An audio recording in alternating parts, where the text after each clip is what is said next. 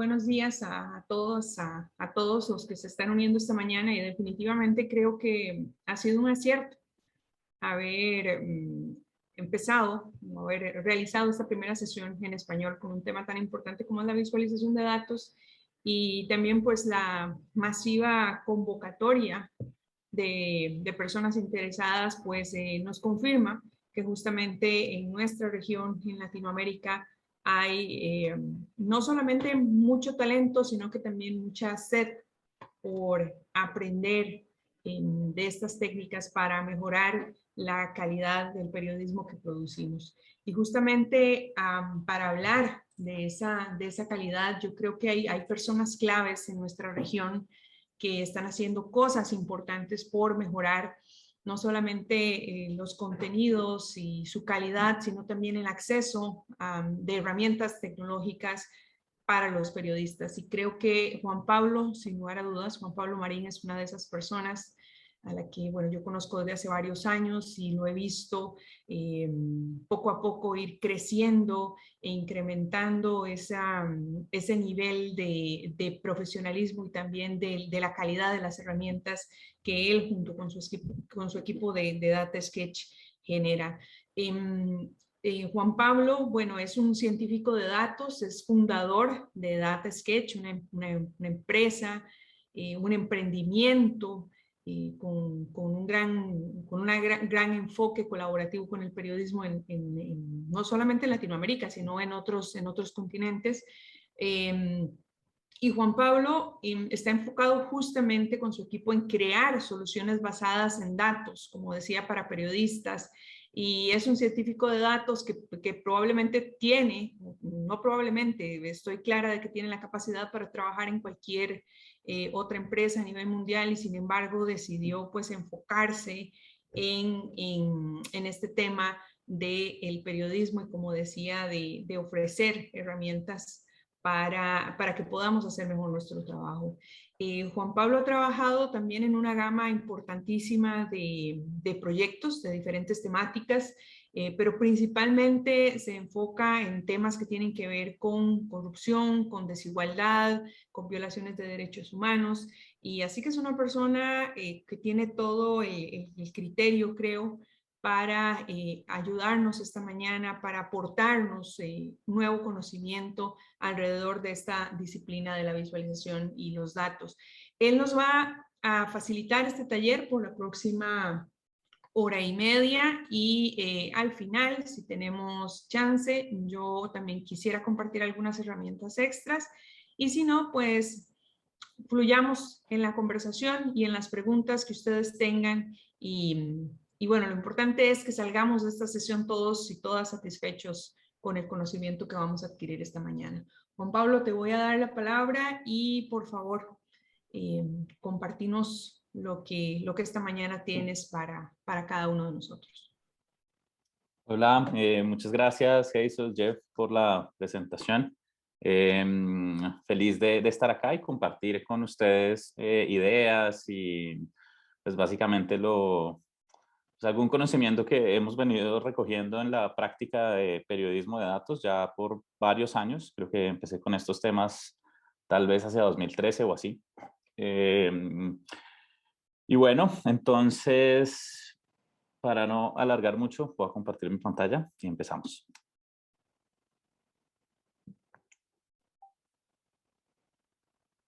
Están viendo, ¿cierto? Perfecto.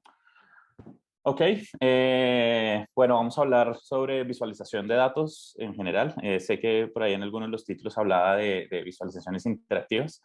Las visualizaciones interactivas es un subconjunto de la visualización.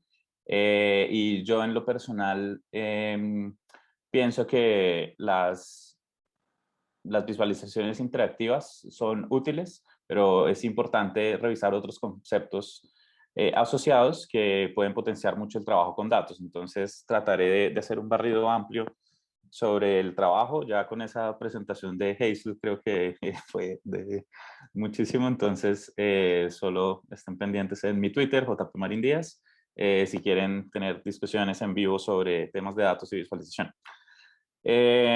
Quisiera empezar con un poco de la filosofía o la idea, las necesidades que tenemos frente a los datos. Lo primero que podríamos pensar es que los datos y los algoritmos van a solucionar todos los problemas.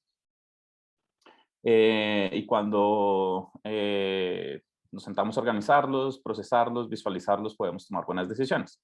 Esto lo hemos visto en ejemplos como Google, que podría eventualmente descubrir dónde hay brotes pandémicos antes que algún gobierno. Si todos buscan gripa o gripe, como se diga en sus respectivos países, Google puede saber dónde hay síntomas antes que cualquier gobierno local, o si nos sentamos a analizar millones de historias clínicas de pacientes con cáncer, posiblemente podamos encontrar mejores tratamientos.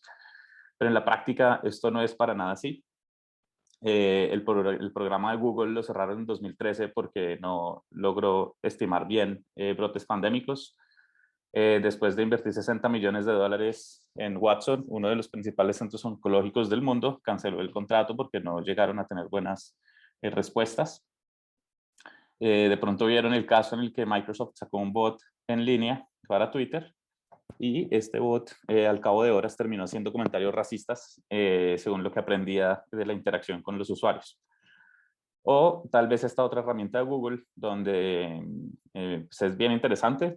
Uno puede hacer un dibujito, aquí hasta en el fondo se ve una bicicleta, y el algoritmo adivinaba, ok, esto es una bicicleta, pero cuando una persona dibuja un zapato de tacón, no lo puede identificar, y esto es porque usualmente los datos que se utilizan para entrenar estos algoritmos no necesariamente son los correctos, los apropiados, y tienen otra serie de problemas que dificultan el trabajo, digamos, más automatizado con datos.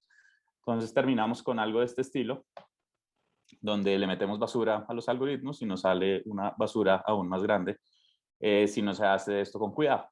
Entonces, con esta corta introducción, que me parece súper relevante, es porque básicamente el trabajo periodístico es fundamental para que no lleguemos a este punto, ¿sí? Existe una gran cantidad de información muy valiosa que los periodistas curan a mano para hacer sus historias, que ayuda a tomar decisiones públicas, y no necesariamente hay que irse tan lejos como implementar el algoritmo de moda. Entonces, vamos a hablar un poco sobre esta filosofía de la introducción a la visualización de datos, cómo estructurar la información para visualizarla, algunos tips para que hagan mejor su trabajo de visualización, y algunas herramientas. El tema del Big Data no es nuevo.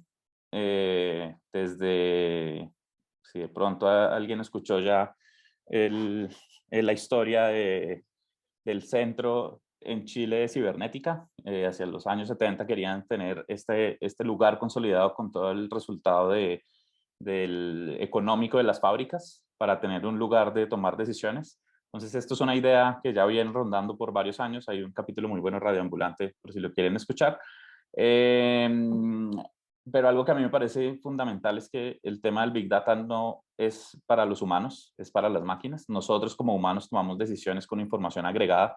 Entonces, no importa si partimos del análisis de millones de contratos públicos o de información sobre compras de pandemia o cualquier otro tema donde pueda haber muy grandes volúmenes de información. Al final lo que publicamos es algo de este estilo, donde en la práctica son datos, son resumidos, ¿no? Podemos tener millones de contratos, pero al final vamos a mostrar 3 puntos importantes. Podemos tener millones de pacientes de COVID, pero al final lo que mostramos es un mapa que permite ver las concentraciones. Y estos son tantos puntos como regiones en cada uno de sus países, que al final no son tantos. Entonces, en la práctica lo que termina pasando, y donde hay mucho valor, es que hay muchas fuentes de datos pequeñas, y estas fuentes de datos pequeñas son las que en el trabajo periodístico podríamos y deberíamos sacarle provecho. ¿Alguna idea de qué es Big Data? ¿A alguien se le ocurre? De pronto en el chat pueden ir comentando si hago preguntas así por el estilo. Se puede hablar de gigabytes, de terabytes, de millones de registros, pero en la práctica es difícil saberlo. Yo tengo una regla muy sencilla, y es toda aquella información que no cabe en una hoja de cálculo. Entonces, esta información que no cabe en una hoja de cálculo puede ser muy poderosa y valiosa. Entonces, hablemos un poco sobre los grandes problemas y cómo se pueden atacar con pequeños datos. Esto fue un trabajo que hicimos ya hace un tiempo. Ayudamos al gobierno de Colombia a organizar la base de datos de todas las masacres, secuestros, desapariciones forzadas en el país. Y al final esto es un trabajo donde salen 80.000 registros de desapariciones, de consultar múltiples fuentes de datos, desde declaraciones en juicios hasta reportes de ONGs, hasta prensa y artículos impresos de hace muchos años, y todo esto es un trabajo humano de consolidar la información. Y así es como tenemos normalmente que nos enfrentamos a problemas difíciles. ¿Algún otro problema que crean ustedes donde los datos no existan o sean difíciles de conseguir? ¿Ideas? ¿Por el chat de pronto a alguien se le ocurre? Bueno, diría yo que prácticamente todos los temas que trabajan normalmente en su labor periodística son, normalmente son datos difíciles de conseguir o de difícil acceso. Datos como temas de salud, de educación, de acceso a la justicia, corrupción. Estas son problemáticas que usualmente no es que haya una única base de datos de corrupción o haya una única base o fuente de información sobre salud. Estos son problemas que son bastante retadores y pues requieren que seamos hábiles con la gestión de información cuando son en múltiples fuentes de datos pequeñas. Si miramos la Declaración de Derechos Humanos, básicamente cualquier artículo de la Declaración de Derechos Humanos vamos a encontrar temas que son supremamente relevantes para nosotros como ciudadanos y a su vez son datos, o si quisiéramos indagar sobre esto, es difícil encontrar la información. Arrestos arbitrarios, libertad de expresión, discriminación, en fin. Todos estos son problemáticas que son muy retadoras en nuestra sociedad y que visibilizarlas es fundamental. Tenemos entonces que hay muchos datos en diferentes partes. Comentan en el chat que en Venezuela es muy difícil conseguir datos. En efecto, las situaciones políticas afectan bastante el estado de apertura de la información, y allí es donde la colaboración entre múltiples organizaciones, múltiples periodistas, ayuda a que se mantenga la información viva y relevante. Ejemplos hay en muchas partes. Si nos vamos a Twitter, cualquier usuario puede simplemente leerse algún informe en PDF del gobierno y de pronto sale un listado pequeño con las causas de encarcelación en el país. Eso es material relevante que puede ser útil en algún momento del tiempo y es información que está por allí mezclada en un informe de 500 páginas del gobierno. Existen otros tipos de datos que no necesariamente los publica nadie, sino que los construye la misma ciudadanía u organizaciones sociales. Ahí vemos un ejemplo. Una persona en Twitter empezó a hacer un listado de los líderes sociales asesinados en Colombia y a partir de allí diferentes organizaciones se aliaron para mantener este registro consolidado, ya que no hay cifras oficiales sobre esto. Entonces vemos que el reto de acceso a los datos tiene múltiples caras. La primera es que los datos pueden no existir, ¿sí? Nos hemos topado con casos en donde los datos, por ejemplo, de minorías o de poblaciones vulnerables no existen, nadie los está contando. Esos son datos que es necesario reconstruirlos manualmente para poderlos difundir o analizar. Otros casos donde los datos existen parcialmente. Allí vemos una visualización callejera que hicimos en Bogotá, donde se muestran los casos de desplazamiento interno en el país. Entre 2008 y 2010 hubo 0 casos, lo que claramente es un subregistro de información. Entonces podemos encontrar incluso en fuentes oficiales que existe información para unos años, para otros no, y digamos, el reto es lograr consolidarlas en una sola. Existen casos donde tenemos malos datos en buenos formatos. Datos, digamos, de este tipo pueden ser los casos de salud, por ejemplo, o los datos de salud, donde tenemos información de pacientes, bueno, los registros de atención, etcétera, que pueden estar en bases de datos, pero en la práctica, cuando vamos a revisar, los datos tienen información completa, no se refieren a las personas que son. Lo vimos, por ejemplo, en el COVID, en datos oficiales de casos de coronavirus en Colombia y en Guatemala, se inventaron regiones que no existían, entonces ponían en un mapa puntos de casos de COVID donde no había casos porque simplemente la región no estaba codificada con los nombres correctos. Tenemos casos donde hay buenos datos en malos formatos. Un gran ejemplo de esto son los procesos judiciales. Muchas veces tenemos que ir a registros en papel para poder organizar la información, pero sí sabemos que la información es fiable porque es bastante verificada para que sea consignada allí en estos folios. Y luego podemos tener casos donde los datos existan, estén completos, estén en buenos formatos, sean buenos, pero no se puedan usar por razones legales. Estos son pues una de las diferentes opciones a las que nos enfrentamos, y cuando nos sentamos a trabajar con datos, vamos a tener múltiples retos. Un reto de estos es el que llamo yo el efecto Britney Spears. Resulta que creo que Google documentó cerca de 64,000 formas de escribir Britney Spears. Aquí lo ven al fondo, unos ejemplos de tantas formas de escribirlo, y esta es la realidad de las bases de datos cuando las vamos a analizar o a construir. Podemos escribir Bogotá con tilde, México, CDMX, 1000 formas de escribir las mismas cosas, y esto es un gran reto porque pues digamos que la principal labor o nuestro trabajo al sentarnos a analizar los datos es preparar la información de manera que los computadores puedan entendernos. Y allí es donde siento yo que hay grandes vacíos tecnológicos que deberíamos entre todos, bueno, tratar de llenar. Y es cómo hacemos que los computadores nos ayuden en nuestro trabajo. Pues naturalmente nos ayudan. Estoy hablando específicamente del tema de análisis y visualización de datos, que no es del todo intuitivo, y ojalá las personas no tuvieran que tener alguna formación técnica para poder acceder a las tecnologías de datos como es ahora. Entonces, vámonos a centrar un poco en la última parte. Ya hablamos un poco del acceso a los datos, el cómo procesarlos. Pues ya hablamos que hay muchos algoritmos, muchas herramientas, pero en la práctica, con hacer algunos conteos sencillos en hojas de cálculo o herramientas similares, eso sería suficiente para poder contar buenas historias con datos. Tal vez este es uno de los mensajes más importantes de esta charla, y es que los mismos datos pueden contar múltiples historias. Entonces, tenemos una única base de datos, y dependiendo de cómo decidamos hacer los conteos, los promedios, los resúmenes, cuál tipo de visualización escojamos y y cómo lo pongamos junto en una historia, esto se puede hacer de múltiples formas, y este es nuestro criterio como diseñadores o las personas que estamos diseñando las historias, el que va a dictar qué queremos contar y cómo. Entonces vamos a ver un ejemplo muy sencillo. Tenemos una base de datos. Es una tabla que tiene 2 columnas, ciudad, población, y fíjense que lo podemos ver en un mapa de este estilo.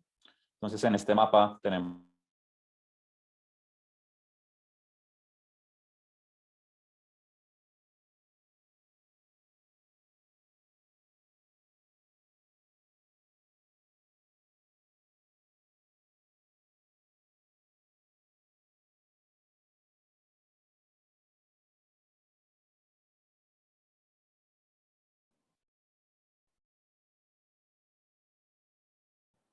Hola, ¿me escuchan? Hola, Sí, perfecto. Se sí. fue mi internet. Lo No te siento. preocupes. Ok, no, está bien. Volvemos. Gracias. Bien, venía diciendo que tenemos una base de datos muy sencilla y que con eso podríamos contar múltiples historias. Tenemos Bogotá, grande, luego tenemos Cartagena y Barranquilla. No es claro saber cuál círculo es más grande. Igual Cali o Medellín, no sabemos cuál círculo es más grande. Entonces, pero lo que sí vemos es que hay una concentración de ciudades principales hacia el centro del país. Luego, si utilizamos un gráfico de barras, como lo vemos acá, vemos que en efecto Bogotá es más grande que Medellín y Cali. Medellín es más grande que Cali, ya lo vimos aquí. Pero si lo utilizamos con este otro tipo de visualización que se llama Tree Map, podemos ver que Bogotá es tan grande casi como las siguientes 5 ciudades. Entonces, unos datos súper sencillos, y allí tenemos 3 historias diferentes por contar. Algo que es muy importante que tengan en cuenta es que se deben separar los datos de la historia que quieren contar. Normalmente es común, tal vez por la práctica tradicional del periodismo, donde todo debía estar encapsulado para impresión. Las historias eran autocontenidas y tenían los datos directamente en la historia y ya está. Sin embargo, ahora eso representa un problema hoy día, y es que los datos que ya utilizamos para historias pasadas podríamos reutilizarlos ya para acompañar nuevas historias hoy día. Entonces es importante pensarnos los datos como una fuente externa que está quieta y puede seguir estando viva por sí misma, a partir de la cual podemos volver y seguir consultando para conseguir información. Esto es un ejemplo de algunas de las herramientas que hemos construido. En este proyecto trabajamos con Transparencia por Colombia, el capítulo de Transparencia Internacional en nuestro país, donde logramos conseguir información de contratos públicos, básicamente las organizaciones o entes privados que tienen contratos con el gobierno, y conseguimos también las aportantes a campañas políticas. Entonces, esto es una visualización interactiva, una interfaz donde puedes buscar un candidato, si fue para cuál campaña, para cuál cargo, y allí te salen como unas burbujas quiénes son las personas que lo financiaron. Cuando le das clic, sale que tal persona financió a la campaña, en este ejemplo, del presidente actual, por tanto monto, y además se puede ver abajo esa persona o esa entidad cuántos contratos ha ganado con el Estado. Entonces es una forma interactiva y práctica de volver, digamos, trabajos académicos que se han hecho alrededor de corrupción para estimar el retorno de inversión en campañas políticas para privados en una interfaz más interactiva y más práctica para los usuarios. Este hace parte de una de las herramientas donde el mismo usuario es quien explora la información y saca sus propias conclusiones. Existen otras donde se toman de la mano a los lectores o a la audiencia y se les guía para que tomen sus decisiones. Estos son ejemplos que parecen, pues como ejercicio lo hacemos, que si son realidad o ficción, una especie de juego, una empresa de grúas esté ganándose contratos de alimentación, o que unas ciudades fantasmas tengan estudiantes. Estos son todos casos reales de nuestro país. Y al final el trabajo periodístico, pues, ustedes lo saben más que yo, pero en particular en los temas de datos se vuelve algo de este estilo, encontrar fantasmas. Y muchas veces estos fantasmas están directamente en las hojas de cálculo. Entonces, en el caso de financiamiento de campañas políticas que les conté, encontramos personas muertas donando a algunos políticos, y este se vuelve un poco un trabajo detectivesco, pero directamente dentro de tablas de Excel que podemos apoyar bastante si lo acompañamos de herramientas visuales. Entonces, balances a tener en cuenta al contar historias con datos. Primero, el balance entre lo cuantitativo y lo cualitativo. Nos parece importante, independiente del formato que se use, que siempre haya un poco el balance entre los números y las cifras totales, pero también las historias y las personas detrás de esto.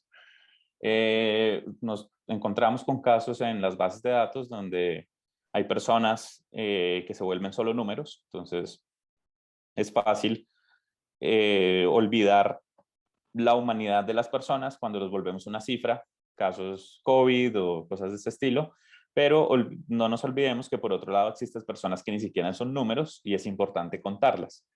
Entonces, el caso de las comunidades vulnerables que no están, digamos, apropiadamente discriminadas en las bases de datos oficiales, es súper importante que colaborativamente creemos estos registros. Cuando queremos comunicar información, podemos, digamos, en la manera de datos, podemos hacerlo de manera simple o compleja. Esto puede ser o bien por la misma naturaleza de los temas que estamos tratando. Si hablamos en como los ejemplos anteriores de contratación pública, pues este es un tema complejo que no a todo el mundo le interesa, ¿cierto? Podríamos hablar de fútbol, que podría ser más amplio. Y lo importante es que tengamos un balance entre qué tipo de herramienta o de solución le vamos a dar al lector. Entonces, hay dos caminos, como ya lo mencioné. Puede ser una herramienta exploratoria, como el ejemplo de la herramienta de buscar financiadores de campañas donde el usuario saca sus propias conclusiones, pero a mí personalmente me parece más importante en la labor periodística trabajar en las herramientas más tipo storytelling, básicamente historias que van llevando de la mano al lector para, a partir de las conclusiones que ya se sacó de un trabajo exploratorio que se hizo previamente, ir contando digamos, los detalles importantes y las conclusiones principales. Si nos vamos por el camino de storytelling, vemos que podemos explicar más a detalle algunos temas, pero por lo mismo perdemos generalización, ¿sí? Pero esos son los balances con los que tenemos que jugar. Si esto lo llevamos a un entorno visual, vemos que existen también grandes balances que debemos hacer. Por un lado tenemos gráficos simples, como vemos allí a la izquierda, diagramas de tortas, de barras, nubes de palabras, líneas. Son los gráficos más comunes y fáciles de entender para la audiencia, pero luego tenemos otros gráficos que son más complejos, que pues primero son más difíciles de realizar y son otras herramientas que pueden ser un poco más sofisticadas, pero por otro lado podemos toparnos con que la audiencia no los comprenda del todo. Recientemente he visto como una reaparición de los mapas, se llaman coropletas, estos que colorean los mapas de región, pero bidimensionales, que básicamente codifican dos variables como lo vemos acá. Esto igual es importante, ir introduciendo poco a poco este tipo de gráficos porque ayuda con todo el tema de la educación hacia los lectores. Entonces, un ejemplo, el tree map que vimos hace un rato, donde veíamos a Bogotá tan grande como las 5 siguientes ciudades, este tipo de gráficos se los inventaron en el año 91 y los hemos visto cada vez más en los últimos años en los medios y ya la gente se empieza a apropiar de ellos. Entonces es importante también utilizar y explorar e ir un poco más allá visualmente a la hora de comunicar información. Bueno, todos nos hemos topado con múltiples formatos de datos cuando trabajamos con la información. A la izquierda tenemos algunos de los que nos gustan, a quienes tenemos alguna experiencia trabajando con datos, básicamente archivos que vienen en tablas o que son estructurados. A la derecha vemos archivos que son bastante comunes también, como archivos en PDF, PNG y otro tipo de archivos que son de difícil procesamiento si queremos analizarlos en masa y no manualmente. Algo importante para aclarar son los formatos de datos. Vemos que cuando hablamos de formatos de datos, una fecha se puede escribir como 20 de julio o se puede escribir como 0720 o 2007, bueno, de múltiples formatos. Y ahí es donde es importante tener claridad y consistencia sobre cómo contabilizamos la información, que las fechas todas tengan la misma estructura, que las categorías también, tener claro qué son números y que no estén del todo adornados. Ya hablaremos un poco más de eso, pero eso es a lo que nos referimos cuando hablamos de formatos de datos. Cuando nos sentamos a analizar información, pues probablemente han escuchado los términos de información estructurada y no estructurada. Básicamente hablamos de información estructurada cuando son tablas y de información no estructurada cuando de alguna forma no se pueden representar fácilmente como tablas. Las tablas, tener la información estructurada como tablas nos permiten hacerle preguntas a los datos fácilmente, ¿sí? Entonces, si estamos vemos acá dos ejemplos de tablas. Vemos esta sencilla, esto parece ser una tabla de, bueno, tiene el nombre, edad y salario, puede ser una tabla de empleados. Entonces, podríamos decir cuál es el empleado que más gana. Entonces, podría ser una pregunta que nos podemos hacer. Entonces, la ventaja de tener los datos estructurados como tablas es que nos permite interrogar los datos de esa manera. Acá podríamos saber cuántos empleados se llaman David o cuál es la edad promedio de todos los empleados. Y estos son preguntas que nos pueden surgir de la tabla y que la misma tabla nos da la respuesta. Entonces es importante que independiente del problema que tengamos, tratemos de familiarizarnos y a estructurar la información como tablas. Otro ejemplo, decretos de emergencia emitidos por los países por la pandemia. Entonces podríamos pensar que es difícil estructurar los decretos, pero pero sí hay formas de hacerlo. Una forma es simplemente fecha de cuando se firmó el decreto, el título y el documento, el link al documento. Y si hacemos esta tabla, ya podríamos tener hacernos preguntas como ¿cuál fue el mes en el que se firmaron más decretos, por ejemplo? Entonces, independiente del problema que tengan o del reto de información, traten siempre de estructurarla como tablas. Hay una diferencia importante entre tener la información como tablas es el primer paso, pero luego necesitamos estructurarla y limpiarla. Y más allá de eso, tenerla ordenada. Ya vamos a hablar de qué significa ordenada, pero enfoquémonos primero en los datos limpios. Nos topamos con que los datos tienen múltiples codificaciones. Por ejemplo, se puede hablar de hombre, mujer, H, M, lo que sea. Y este tipo, muchas veces nos encontramos con que hay múltiples codificaciones para lo mismo. El ejemplo que dábamos hace un rato, México con tilde, México sin tilde, México DF, CDMX, en fin. Estos son datos que nos podemos encontrar por allí en cualquier parte y es importante que los formatos sean consistentes y que sean limpios. Fechas, vemos acá un ejemplo claro, no sabemos si estos son año, mes, día o día, mes, año.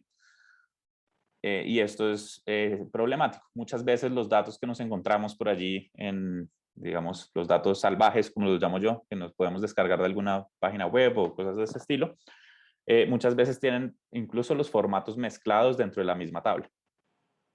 Vemos también que es importante mantener valores numéricos consistentes, sin muchos adornos, si estamos hablando de pesos, de pesos, monedas, etcétera. Se puede quitar los símbolos y bueno, lo importante es que dentro de una misma columna todos los datos tengan el mismo formato. Ahora, sobre los datos ordenados, es importante aclarar que lo primero que debemos tener es que en nuestras tablas de información solo tengamos una fila con los encabezados de la tabla de datos. Una tabla que tiene múltiples encabezados no es una tabla que esté bien ordenada o a la que sea del todo fácil hacerle preguntas o interrogarla que podamos analizar fácilmente. Acá vemos un ejemplo, volviendo a nuestra tabla. Teníamos nuestro listado de empleados y acá tenemos algo que parece ser, bueno, vendedor, país, unidades, bueno, alguna tabla de ventas de productos. Vemos que esta tabla tiene doble encabezado. Tiene un encabezado de años y tiene un encabezado otro encabezado para unidades, órdenes y otra serie de cosas. Tiene una tabla con totales. Entonces, esta tabla es, si quisiéramos saber el promedio de unidades por año, en este caso, nosotros para saber el promedio de edad, lo único que tenemos que hacer es un promedio sobre esta columna. En esta tabla, si queremos saber el promedio de unidades por año, lo que tenemos que hacer es el promedio con este, con este, con este. Y así se nos vuelve un poco más complicado hacer los cálculos de manera más automatizada. Entonces, por eso es importante que cuando hablemos de tablas ordenadas, en inglés se llama tidy data, si quieren indagar un poco más sobre eso, es importante que las tablas tengan un único encabezado. Bien, otro tema importante es que cada columna debería tener el mismo tipo de dato. Nos hemos topado con, pues normalmente si descargamos cualquier tabla por allí de los censos o cualquier tabla que sea relevante para el trabajo que estamos haciendo, podemos ver que a veces los datos vienen consolidados y mezclan, por ejemplo, departamentos y municipios en una misma columna, ¿sí? O tienen adornos como títulos y subtítulos dentro de la tabla. Estas son tablas que son hechas para comunicar información, pero no necesariamente para analizarla. Entonces, con esos dos ejemplos, sin entrar en mucho detalle, creo que es suficiente para que sepan identificar una tabla que está bien ordenada de una que no está del todo ordenada. Veamos aquí un ejemplo. Estos son datos de tuberculosis por países para diferentes años. Y vemos acá que tenemos una columna que dice M014, 1524, estos son rangos de edad y masculino femenino. Entonces, idealmente para tener estos datos ordenados deberíamos pasarlos del formato ancho al formato largo, lo que se llama, bueno, en inglés wide to long o long to wide, son transformaciones que se hacen en las tablas de datos. Lo mejor es siempre tratar de tener los datos largos, es decir, que siempre que tengamos una nueva observación tengamos que agregar una nueva fila antes que una nueva columna. Entonces, en este caso, transformamos la tabla de esta manera, dejamos los registros de años y fechas igual, y lo que hacemos es copiar, empezar a copiar y pegar las columnas hacia abajo. De esta manera tendremos los datos más fáciles para ser analizados. Bien, acá un ejemplo que puede ser más familiar. Estamos creando una base de datos de palabras en español que significan diferentes cosas en diferentes países de América Latina. Ejemplo, chucho significa cosas muy diferentes en diferentes países. Empezamos creando esta tabla de datos y agregando una nueva columna cada vez que encontrábamos un nuevo significado para la palabra. Pues resulta que esto no es una forma buena de organizar la información, porque luego es difícil hacer los análisis con estos datos. Entonces, como ya lo vimos, la mejor forma es hacia lo largo, que sea más alta la tabla, y cada vez que tenemos una nueva observación, una nueva palabra, antes que agregar una nueva columna, como lo estábamos haciendo acá, agregamos una nueva fila. ¿Listo? Esto es un poco, digamos, de las partes más técnicas y que es difícil relacionarse con ellas si uno no ha tenido mucha experiencia con datos, pero es supremamente importante y por eso me pareció valioso contarlo en esta charla. Bien, entonces enfoquémonos de nuevo en los temas de visualización. Cuando hablamos de visualizar información, básicamente lo que queremos hacer es codificar los datos de manera que puedan ser entendidos por el ojo humano. Se puede naturalmente codificar información de manera visual de múltiples maneras, ¿cierto? ¿Se les ocurre algunas? De pronto pueden ir poniendo por el chat. Ya hemos visto algunas, como colores, tamaños. ¿Alguna otra? Entonces vamos a hacer un ejercicio rapidísimo.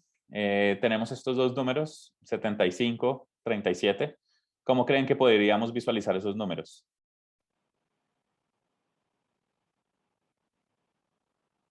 ¿Ideas?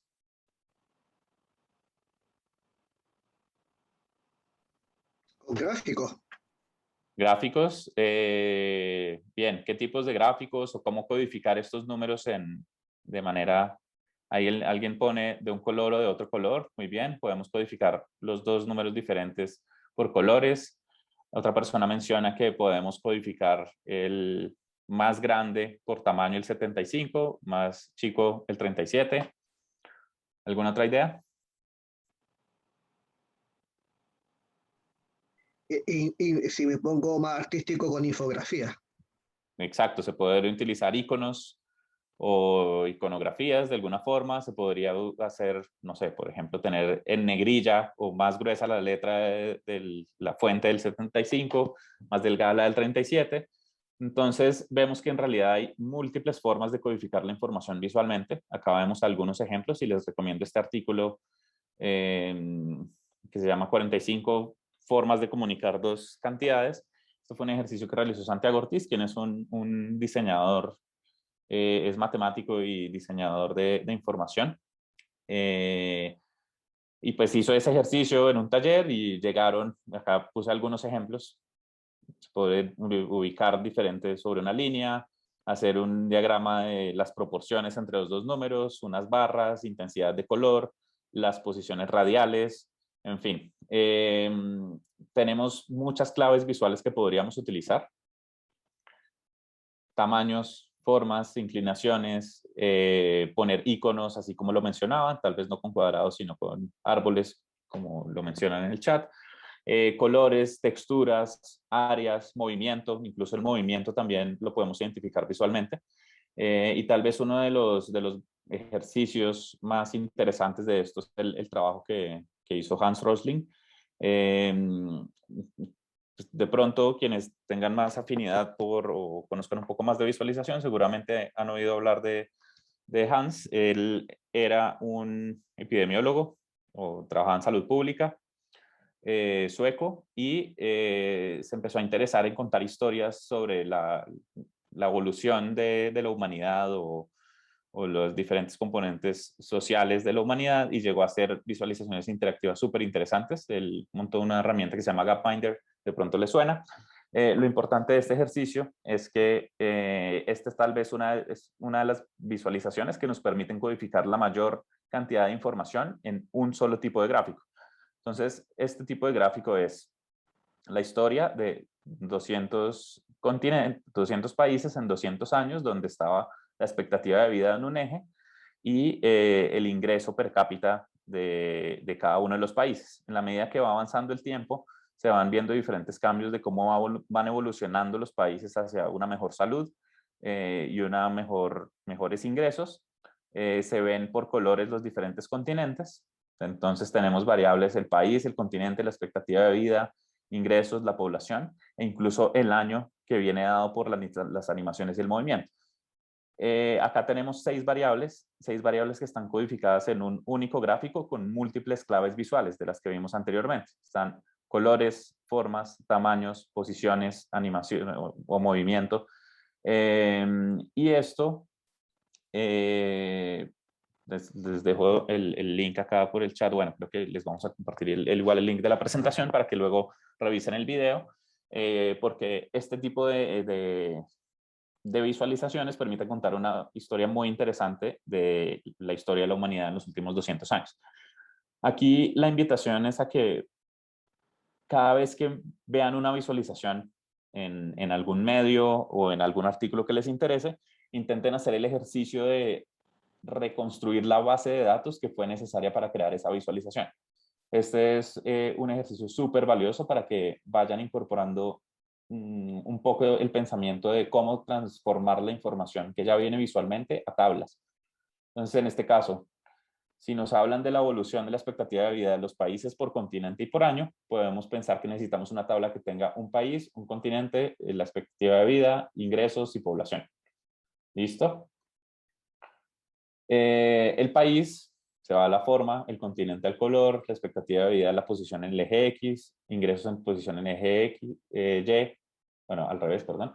Población es el área y año está asociado al movimiento. Entonces, los invito a que hagan ese ejercicio cada vez que vean algún tipo de visualización. Muy bien. Ya entrándonos un poco en temas de diseño de visualizaciones, uno de los puntos súper relevantes para analizar, o más bien para crear visualizaciones interactivas interesantes, es pensar en cómo podríamos escoger el color de las visualizaciones según el tema que vamos a tratar. Entonces, una forma fácil, no sé, de pronto alguien me puede poner ahí en el chat en qué tipo de proyectos o de investigaciones ha trabajado recientemente, o está trabajando.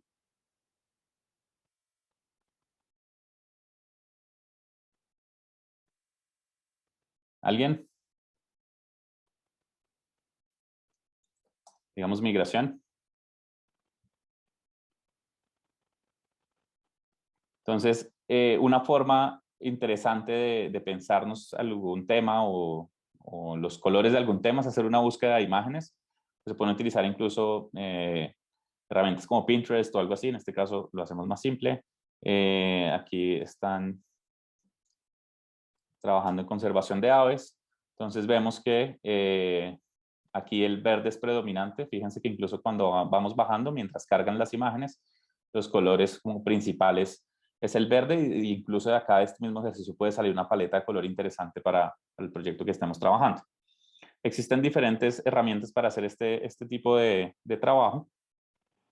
Esta es una que es bastante práctica e interesante, se llama Coolors y permite generar paletas de color que son bien útiles y prácticas a la hora de comunicar información.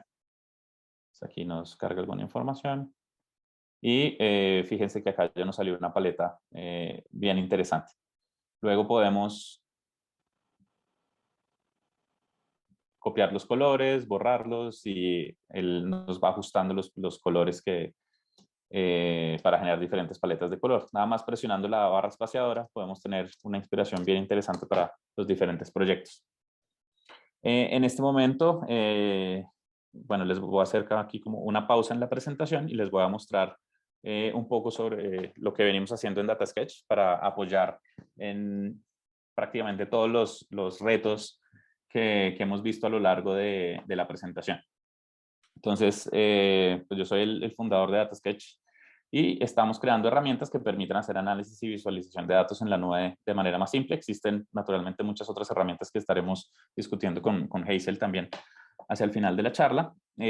Acá pueden entrar y crear una cuenta.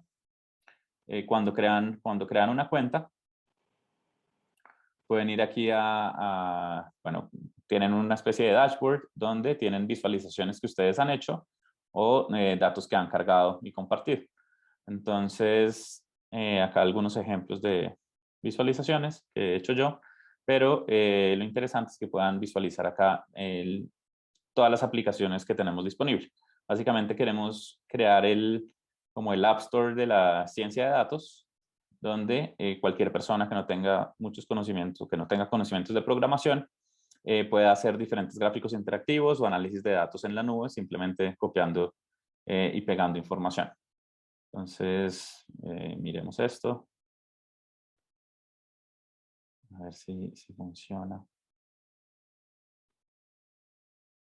Voy a descargar acá una imagen.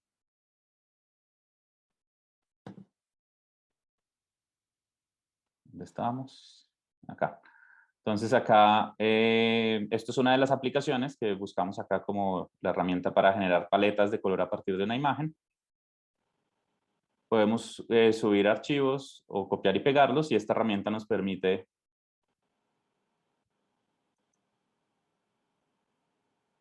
cargar información y generar paletas de color. Entonces fíjense que acá nos salió una paleta de color que se parece o basada en la imagen que cargamos, que podemos ajustar a nuestro estilo y podemos ver acá cómo se vería una visualización de datos con esta paleta de color. Ya cuando estamos contentos con nuestra visualización podemos copiar y pegar.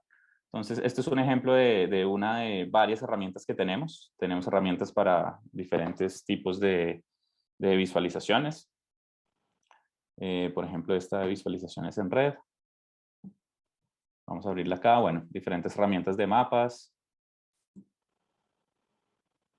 Por región, poco a poco estamos introduciendo diferentes mapas de acuerdo a las necesidades de los usuarios con quienes trabajamos.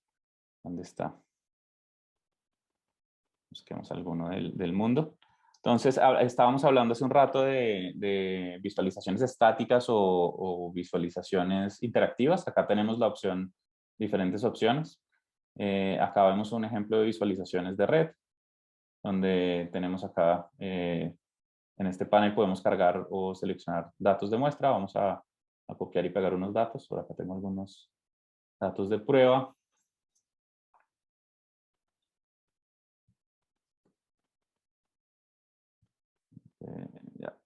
Sí, por ejemplo, estaba hace poco buscando información sobre inversión en startups en diferentes países de América Latina. Acá podemos copiar y pegar una tabla de datos que tiene la información de quién financia a quién. Básicamente, por ejemplo, Rappi o este tipo de empresas. Miramos quién los financió. Y acá podemos... ¿Dónde era? Acá estamos. Y acá podemos ya tener una visualización interactiva que nos permite visualizar cómo está esta red de inversión. Bien, se puede visualizar acá el conjunto de datos y cambiar diferentes opciones visuales sobre la visualización. Podemos cambiar colores.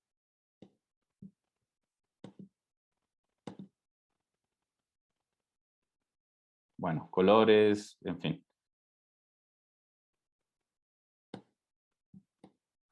Y acá vemos cómo es la red de inversión digamos, de startups en América Latina. Los datos se pueden descargar, las visualizaciones se pueden descargar o publicar directamente en su perfil. ¿Qué otro ejemplo tenía yo por acá? Quería mostrarles el del mapa. Entonces, igual, perdón.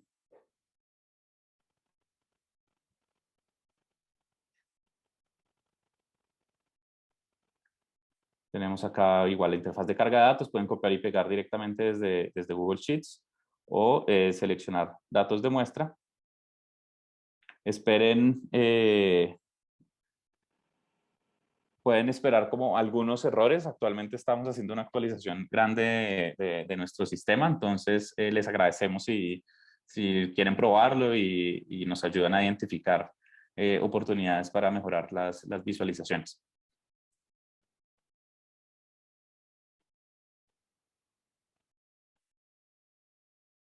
Entonces acá tenemos nuestro mapa que va cargando y tenemos algunas opciones más elaboradas que pues, no son del todo fáciles de ubicar en diferentes software. Por ejemplo, proyecciones en mapas. Podríamos hacer una charla exclusiva de mapas, donde pues naturalmente aplanar una esfera no es tarea fácil. Existen múltiples algoritmos que permiten hacer eso de diferentes maneras. Y acá nosotros incorporamos estos tipos de mapas y de visualización para que se pueda, digamos, no incurrir o no caer en errores de visualización al comunicar información con mapas. Ok, acá pueden explorar diferentes, sí, no solo aplicaciones para visualizar datos, también para ayudar a limpiarlos. Tenemos herramientas que permiten hacer filtros, cruzar datos, etcétera, entre otros. Entonces, bienvenidos a que la prueben y nos ayuden a utilizarla. Muy bien, sigamos con la presentación.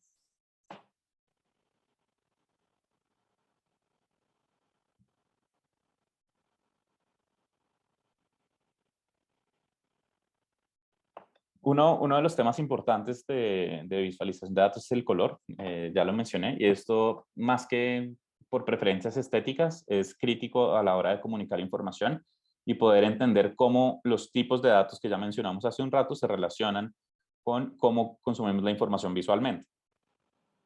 Entonces, si tenemos información categórica, por ejemplo, un listado de países o no sé, cualquier otra cosa que sean categorías, lo mejor es utilizar paletas de color categóricas, básicamente que no den una sensación de continuidad entre las categorías, ¿sí?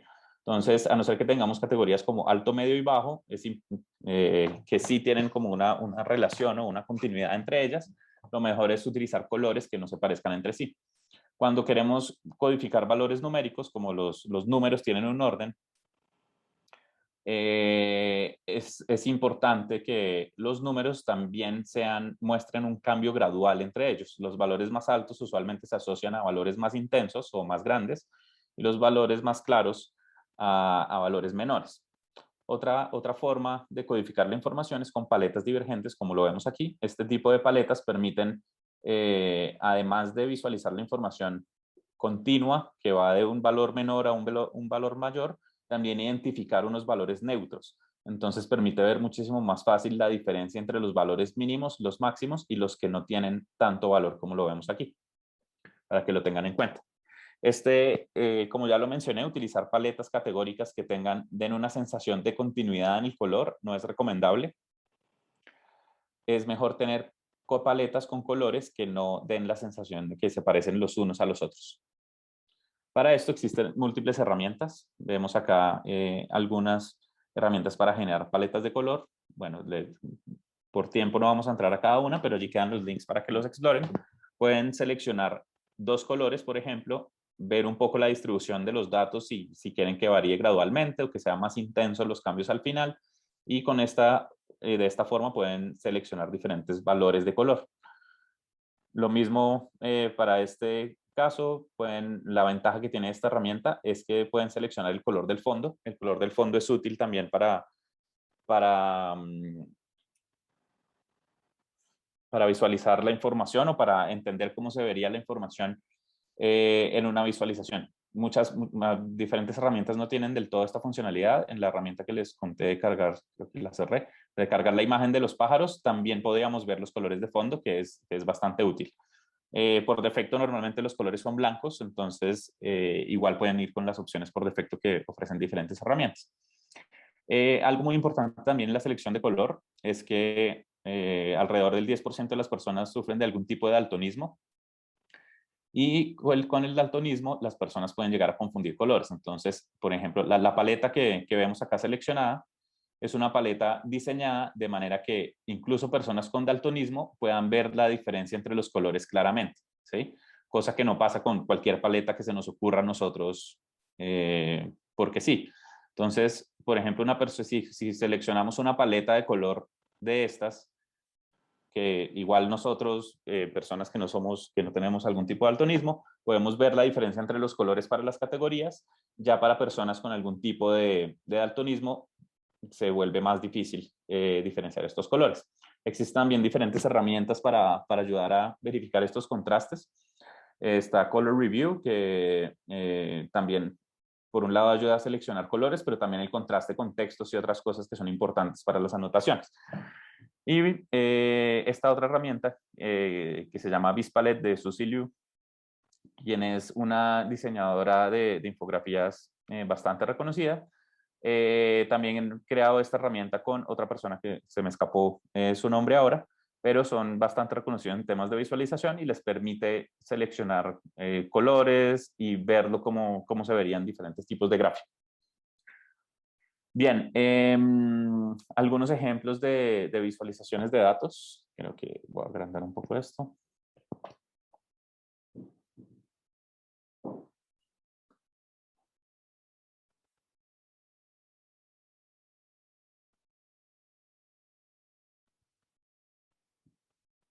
Perdón, acá estoy moviendo.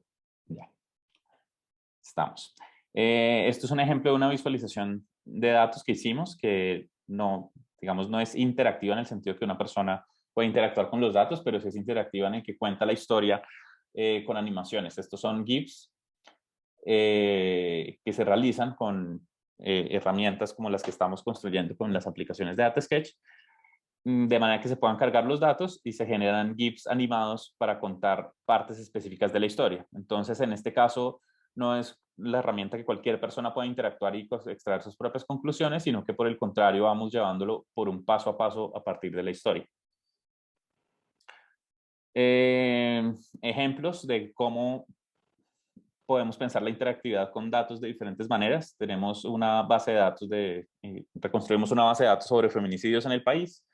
El primer ejercicio fue visualizar las tendencias y patrones con múltiples tipos de gráfico, lo que nos puede dar una panorámica general de la situación, básicamente un análisis exploratorio de datos que nos permite indagar y encontrar las historias.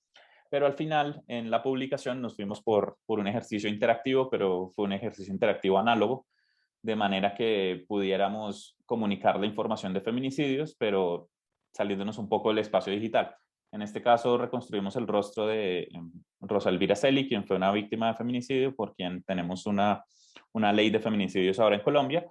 Y fíjense acá a la derecha hay un espacio donde básicamente logramos reconstruir el rostro de Rosa Elvira con múltiples gráficos sobre feminicidios en el país en ese año. Entonces, esto es un impacto fuerte, sobre todo para los transeúntes, toparse con la cara de una persona, pero al acercarse ver que su rostro sigue allí porque siguen habiendo víctimas de feminicidio. Entonces, pensarse los datos de manera que puedan humanizar la información, pero a su vez generar un impacto manteniendo, digamos, las cifras reales es algo que es importante y valioso para que lo tengan en cuenta. Replicamos el ejercicio en una conferencia en Argentina. Acá otro ejemplo de visualización de información. Niñas madre en el país, solo pocas de ellas pueden acceder a servicios de aborto legal según datos del Ministerio de Salud. Lo importante de esta investigación y este ejercicio que se realizó es que la información está directamente en las bases de datos de los censos nacionales. Entonces uno entra a la página del Departamento de Estadísticas y descarga la información de nacimientos en el país y se da cuenta que alrededor de 5.000 niñas al año son madres, que según el Código Penal en nuestro país, si son menores de edad, son violaciones. Y estos son prácticamente 5.000 delitos a los que no se está haciendo el seguimiento apropiado por parte de las diferentes autoridades. Otra forma de pensarse los datos para volverlos más atractivos o interactivos puede ser utilizar o mantener la propia identidad de los proyectos, de manera que podamos, sin perder la identidad temática, podamos incorporar las cifras para visualizar la información. Entonces, en este caso teníamos, trabajamos con un medio que trabaja periodismo cultural, se llama Agenda Propia. Ellos tenían una investigación súper interesante de mujeres indígenas en frontera, y con ellos aterrizamos las cifras del Censo Nacional Indígena al transformar estas cifras y conectarla con los símbolos propios de las comunidades con las que se trabajó y contar sus historias de manera que pudiéramos tener un balance entre los conceptos y la idiosincrasia de las comunidades, pero juntándolo con la información y los datos. Preguntan que la visualización de la niña con qué está hecha. Esto fue un desarrollo, digamos, inicial que hicimos con R, utilizando el lenguaje de programación R, haciendo GIFs animados. Este tipo de herramientas también las estaremos incorporando en nuestra herramienta de generación de gráficos en algún momento. Así que los estaremos contando. Ok. ¿Cómo mejorar las visualizaciones? Vamos a hablar ahora de algunas herramientas. Antes de eso, quisiera mostrarles acá en nuestra página. Tenemos en datasketch.co/herramientas. Voy a poner aquí, por aquí en el chat. Tenemos también una gran galería de herramientas que sirven para diferentes problemáticas. Entonces, no sé, herramientas para scraping. Entonces acá podemos listar diferentes herramientas para scraping de datos. De pronto, si les interesa el tema de scraping en particular, hace poco hicimos un taller de scraping que quedó en YouTube. Lo pueden buscar en nuestro canal para extraer información de diferentes tablas de datos que se encuentren que puedan encontrar en línea. Entonces acá hay múltiples herramientas para extraer información. Entonces, bueno, convertir un PDF en diferentes formatos o cosas de ese estilo. De hecho, aquí en nuestro listado de herramientas tenemos algunas otras que pueden servir, como un extractor de textos en PDF. Entonces podemos cargar un PDF y ver la información y extraer los textos que están en el PDF. Para extraer tablas existen otro tipo de herramientas como Tabula, que lo pueden ver en el video de scraping que les comenté. Bueno, herramientas para hacer scrollytelling. Acá vemos, si de pronto han visto, existen organizaciones como The Padding, que es esta que está aquí, que hace unos especiales interactivos súper interesantes. Bueno, a ver, alguno que recuerde, bueno, no sé. Pero estos son normalmente estos especiales interactivos donde podemos ir avanzando paso a paso por la historia. Bueno, en este caso creo que era un video, pero a ver si veo alguna otra. Bueno, los de la NBA mejor pagos, bueno, al parecer últimamente están haciendo bastantes videos. Interesante, no había visto. Pero bueno, estas son herramientas que permiten hacer interactivos mientras uno va haciendo scrolling. Van contando la historia y acá salen diferentes cambios en la visualización. Se pueden incluir las anotaciones. Y este es el tipo de herramientas más interactivas que nos parece valiosa porque permiten llevar al lector a lo largo de la historia con los datos, ¿sí? Otro tipo de herramientas es más exploratorias, donde se puede el mismo usuario tiene la responsabilidad de sacar sus propias conclusiones. Entonces, si de pronto en su medio de organización quieren hacer algunas herramientas de este estilo, acá hay diferentes herramientas de JavaScript que permite hacer estas interactivos de manera más simple. Acá está, creo que acá incluso Deepin tenía un listado completo de herramientas. Sí. Entonces acá lo pueden revisar. Cómo hacer estas herramientas de storytelling, acá lo pueden ver.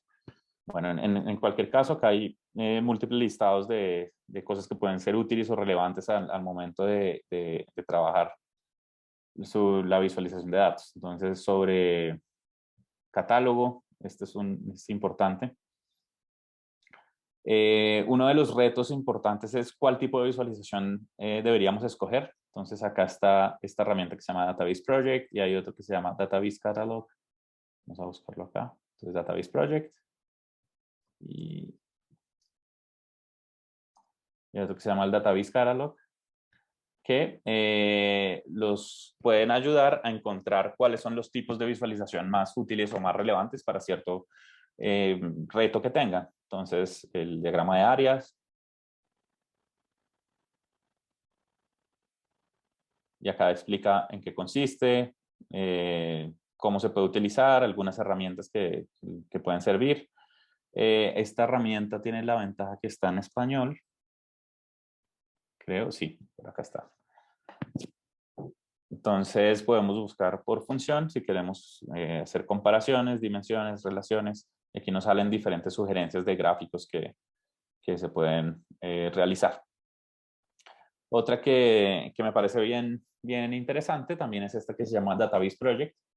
Ellos también tienen diferentes tipos de visualización, por ejemplo este diagrama de Sankey, o bueno, alluvial, como lo llaman aquí, pues desafortunadamente solo está en inglés, y hacen una descripción de las funciones, la forma, e incluso dan alguna indicación sobre más o menos qué tipo de datos se necesitan para llenarlos. En este caso, creo que no es del todo exacto con los datos o cómo se deberían preparar. Y bueno, por eso nosotros estamos también avanzando en crear nuestra propia herramienta. A ver si...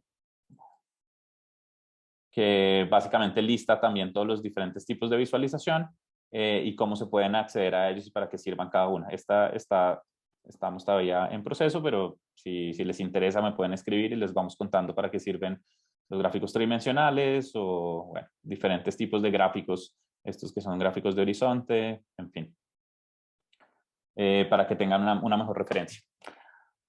Ok, ¿qué otro? Bueno, acá hay herramientas de traducción o librerías de datos, librerías de código o dónde encontrar datos geográficos, en fin. Allí pueden consultar más información. Muy bien, estamos... ¿Qué otra cosa tenía yo para mostrarles? Ok, miremos entonces algunos temas interesantes de visualización.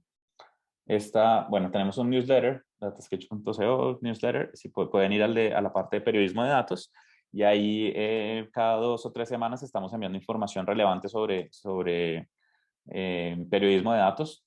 Entonces acá hay digamos, este fue uno de los issues anteriores, donde hablábamos de gráficos que salvan vidas, que pues básicamente son historias que hemos recopilado de múltiples fuentes que permiten entender mejor sobre visualización, sobre cómo hacer dashboards, repasos históricos sobre la visualización de datos, en fin. Entonces los invito a que lo consulten y hacemos también críticas y pues más que críticas como revisiones o reviews a diferentes herramientas o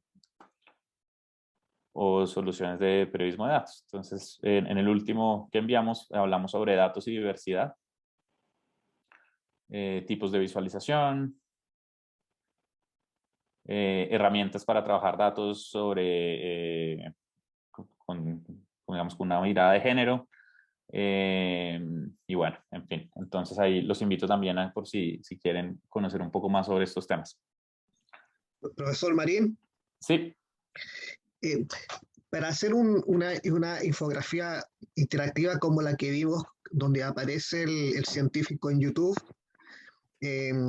si quisiéramos hacer algo similar, nos serviría, por ejemplo, usar la herramienta de GIF de DataSketch y sumarlo a una capa dentro del proceso de edición en YouTube.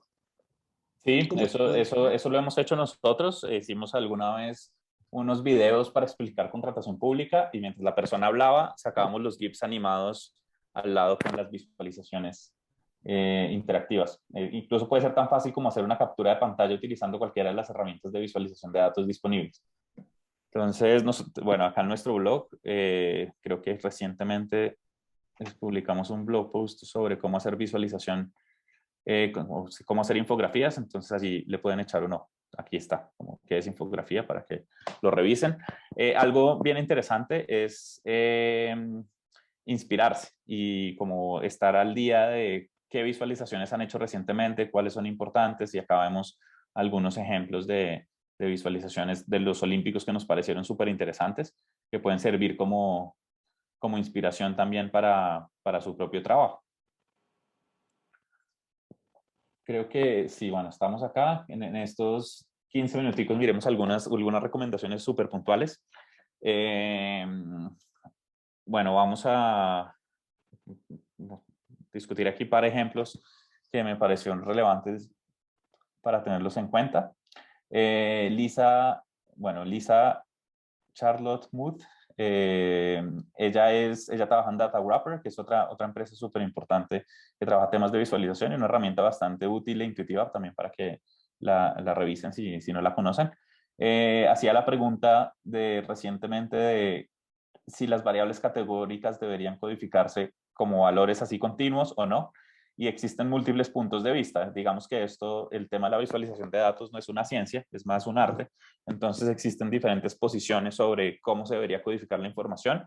Entonces, una de las recomendaciones que hacemos es que sigan a estas personas y vean un poco las discusiones que hacen entre ellos. Al final, pues digamos, mi recomendación sí es que si trabajan con datos categóricos, como ya lo vimos, que sean claramente diferenciables las categorías, pero existen múltiples posiciones, ¿no? Cuando hablamos, por ejemplo, de los diagramas de tortas o pie charts, que algún día los molestaré para que me ayuden a escoger el mejor nombre que funcione más para todos los países. Bueno, pues ese tipo de gráficos son bastante controversiales porque mucha gente dice que no son prácticos o útiles para hacer comparaciones radiales de información, pero en la práctica es que son muy fáciles de entender para diferentes personas. Lo que sí hay que tener cuidado con este tipo de gráficos es que no tengan muchas categorías. Si tienen más de 5 categorías, ya es difícil procesarlos, y lo mejor es irse por defecto por unas barras. Digamos que como recomendación, las barras funcionan súper bien en general para múltiples situaciones. Recientemente, Bloomberg sacó, pues constantemente ellos hacen muchas visualizaciones interactivas de información, que son bastante prácticas. Algo que nos llamó la atención fue el uso de anotaciones específicas. Acá, bueno, por un lado, los pequeños múltiplos. Pequeños múltiplos son cuando repetimos una visualización múltiples veces y la agrupamos por categoría. Entonces, en este caso, hablan de la ocupación en el trabajo en las diferentes ciudades de Estados Unidos, y fíjense que cada ciudad tiene su propio gráfico. Pero una vista así donde tenemos una grilla con muchos gráficos pequeños es bastante práctica y útil para comparar información entre todos. Lo más relevante de este ejercicio que pareció bien interesante es el uso de anotaciones puntuales sobre la gráfica. En este caso, fíjense que el tick, se llaman ticks las rayas que nos ayudan a diferenciar o comparar los diferentes niveles en la gráfica. Fíjense que está en negrilla. Entonces acá este valor en negrilla fue súper útil para poder identificar muy rápido cuál ciudad está por encima, por debajo o cerca, o volviendo a este valor de referencia. Entonces, utilizar cosas como simplemente poner una negrilla puede marcar una diferencia grande en cómo los gráficos pueden ser leídos por los usuarios. Luego, tenemos otro ejemplo, que son las anotaciones y resaltados. Pues naturalmente un mapa de Europa pues quedaría muy chico dentro de un mapa completo, pero si es relevante para la historia que estamos contando, podemos hacer un zoom directamente sobre la gráfica, ¿sí? Una tendencia que he visto ya en los últimos años y que se viene implementando en múltiples medios, incluso ¿hace cuándo fue? Hace fácilmente 4 o 5 años, desde la unidad de datos de Univision ya ni siquiera estaban volviendo a usar como más gráficos interactivos, sino estáticos. Muchas veces los hacían interactivos, pero al final para la publicación sacaban solo la parte que les interesaba como screenshot de lo que era relevante. Entonces eso tiene la ventaja de que nos permite comunicar el mensaje exacto que queremos comunicar, resaltando las partes que son más relevantes. Otro ejemplo, bueno, este estaba también en el blog post que les conté de los Olímpicos. una cosa muy importante es que nos pensemos siempre si los mapas son relevantes o no para el trabajo que estamos haciendo. Entonces, muchas veces la primera, no sé, si tenemos un listado de países, lo primero que pensamos es en hacer un mapa, o si tenemos ciudades o algo así, pero en la práctica puede ser que la información de los mapas en sí mismo, o más bien la comparación geográfica entre los lugares sea irrelevante para la historia, ¿sí? Entonces, pensemos en medallas olímpicas. ¿Tendrá sentido comparar cuáles países vecinos tienen más medallas olímpicas o no? Eso es una pregunta que es muy importante hacerse. En este caso, Bloomberg, bueno, pues llegaron a la conclusión de que sí, pero lo importante es que fíjense que la parte geográfica acá es muy poco relevante. Al final no se muestra todo sobre un mapa, sino simplemente ponen nombres de países en una grilla que da la sensación de un mapa, pero no lo es, y permite identificar muy fácilmente cuáles son los países que tienen más medallas, menos medallas, etc.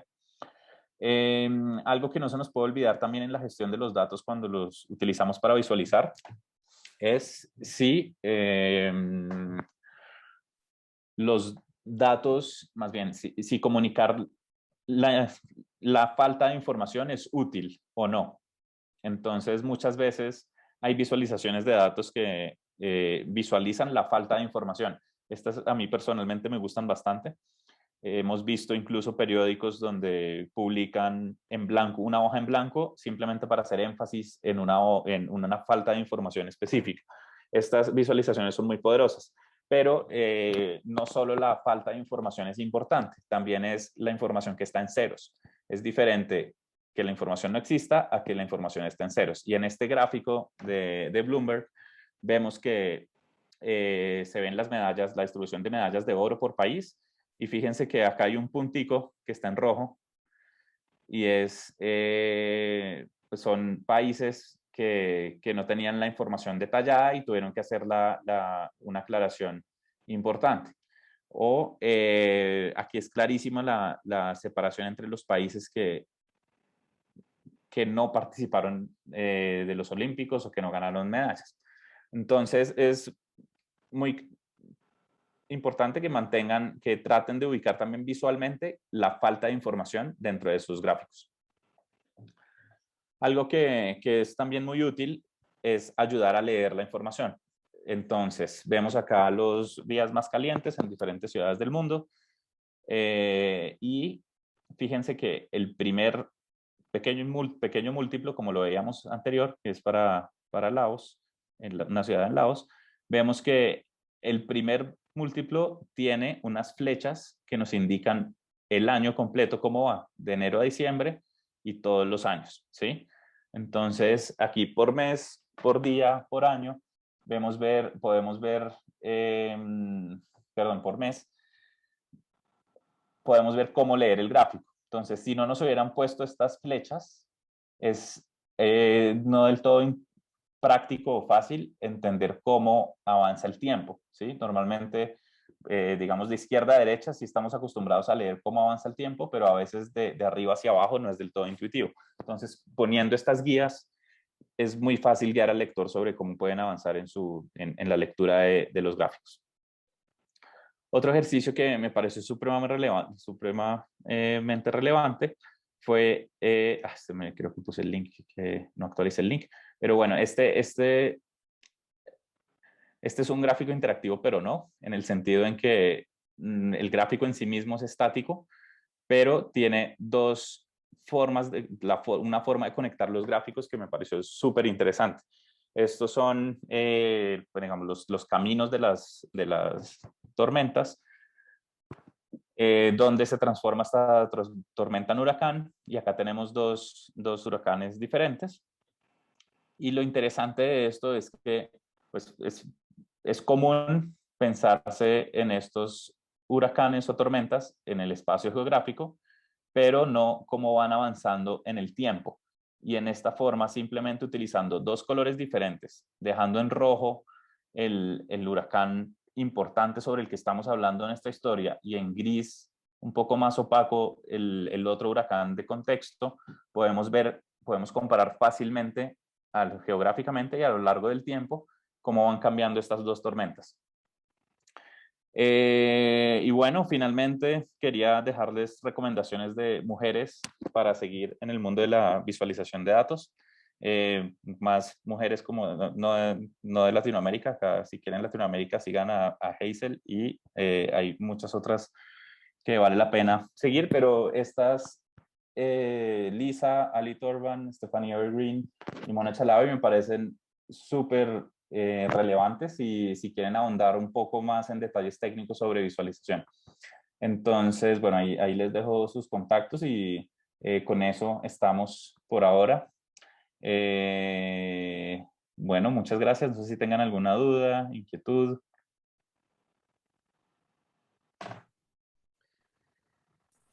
Bueno, yo te felicito por tu propuesta de tanto académica como tu emprendimiento.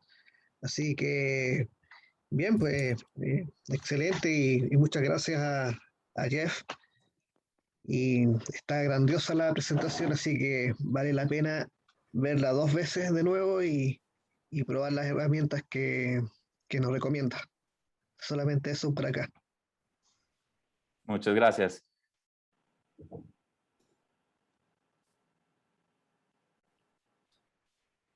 Okay. Muchísimas gracias, Juan Pablo. Y yo vi que Liana tenía también una pregunta, vi justamente, pero muchísimas gracias. Por favor, un aplauso a Juan Pablo. Gracias. Gracias. Aplauso, aplauso. Muchas gracias. Muy bien hecho. Y Liana, tenías una consultita y también podemos pasar de nuevo a Hazel, que puede compartir algunas herramientas también para incrementar la presentación excelente y fuerte que hizo Juan Pablo. So, Liana y también parece Sebastián, también, Liana y Sebastián, y después a ti, Hazel. So, Liana. Sí, muchas gracias.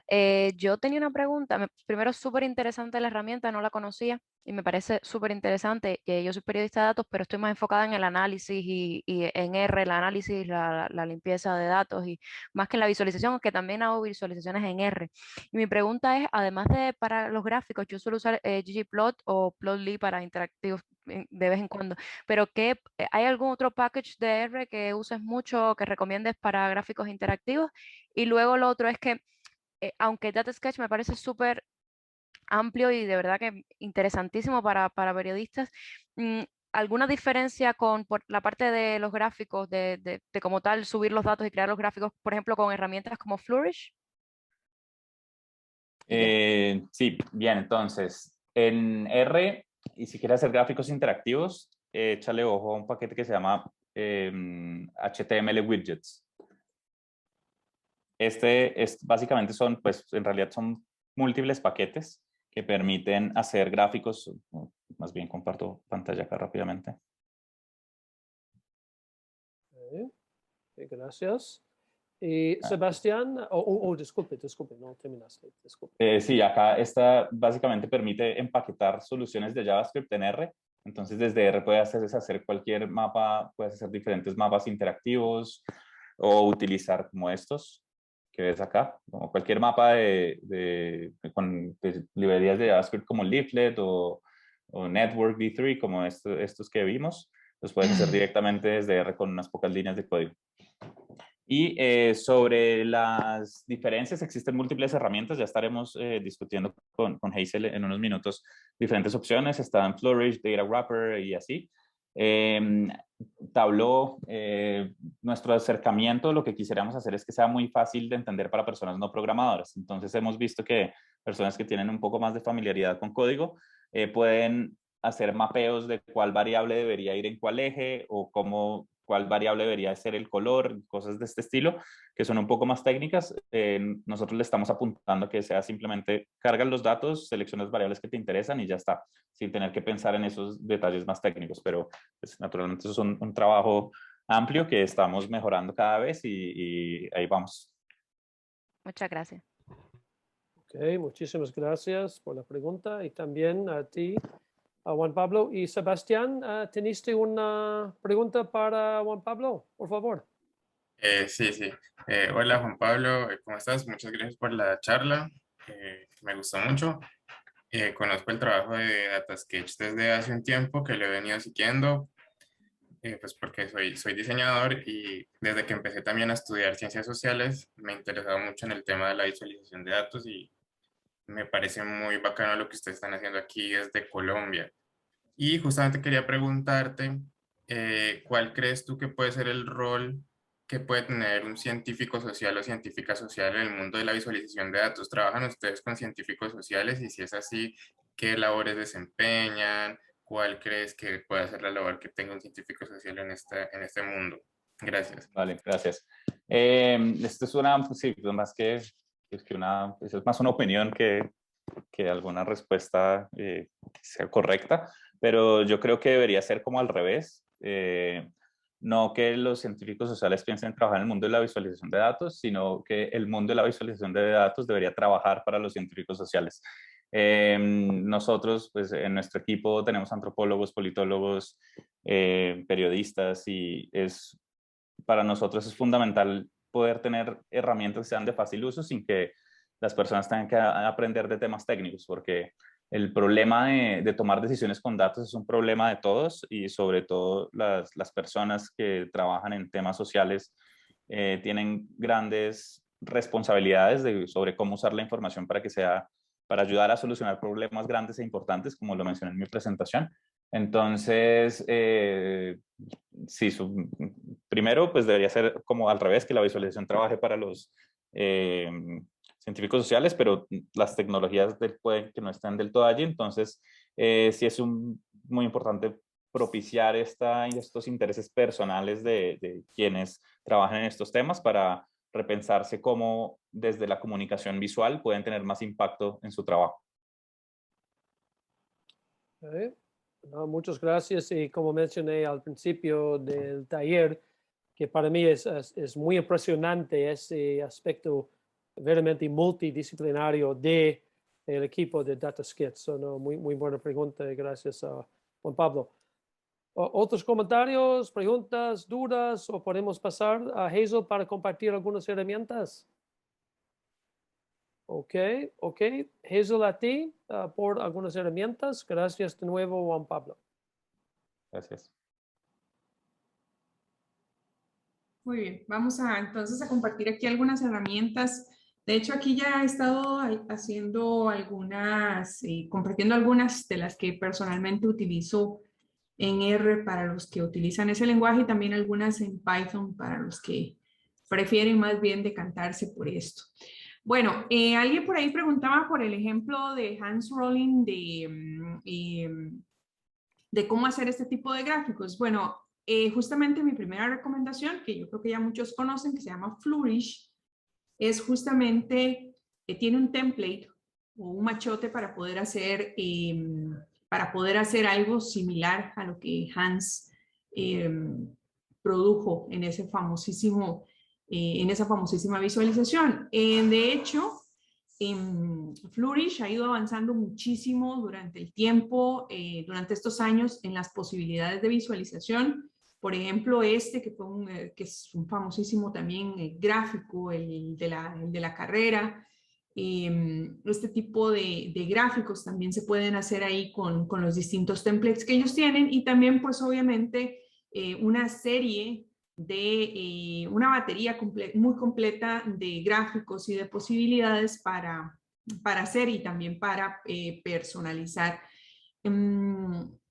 Y me encantó mucho la clase maestra que nos dio Juan Pablo, porque también nos dio tips. No es solamente hacer el gráfico por hacerlo.